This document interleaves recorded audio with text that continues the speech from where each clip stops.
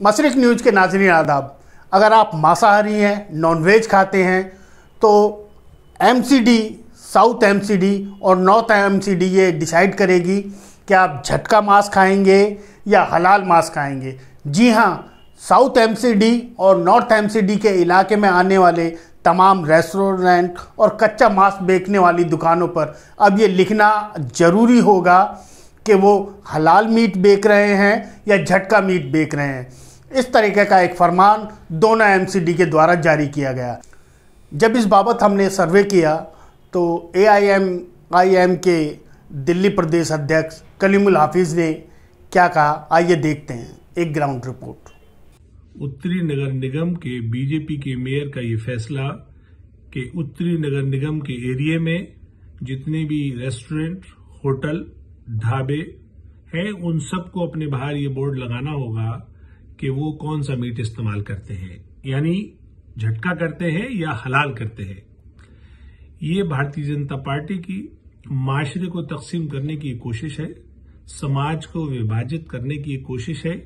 वो अपनी नाकामियों से बचने के लिए इसी तरह के बयानात और कानून साजी का सहारा लेते हैं। यानी इस मुल्क में हजारों साल से हिंदू, मुस्लिम, सिख, ईसाई सब आपस में प्यार और मोहब्बत से रहते चले आए हैं। उनको आज तक इस तरह के बोर्ड की जरूरत नहीं पड़ी, जबकि सबको पता है कौन क्या खाता है और कहाँ खाता है और कब खाता है।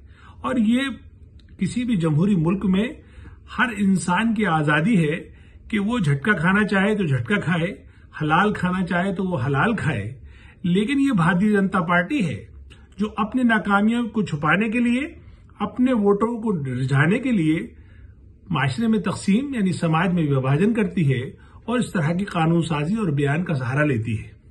अच्छा तो ये रहता कि वो इलाके की सफाई पे, वहां की तालीम पे और वहां की सेहत की सुविधाओं को बेहतर करने पे काम करती, लेकिन उसमें तो वो बुरी तरह से नाकाम हुई है और पब्लिक ने भी उसको समझ लिया है और आने वाले एमसीडी चुनाव में उसको वो करारा जवाब देने वाली है।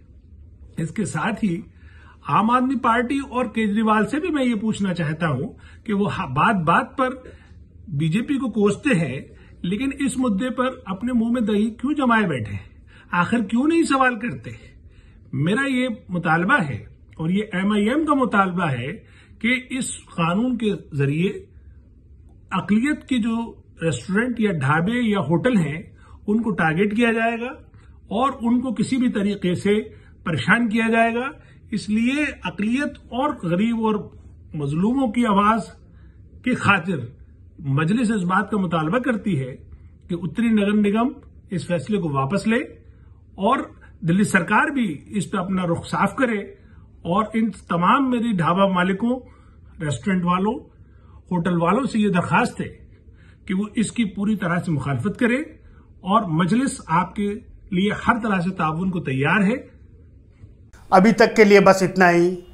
ताज़ा अपडेट के लिए बने रहिए मशरिक न्यूज़ के साथ। मशरिक न्यूज़ को सब्सक्राइब कीजिए, लाइक कीजिए, शेयर कीजिए और अपनी कीमती राय कमेंट्स बॉक्स में दीजिए।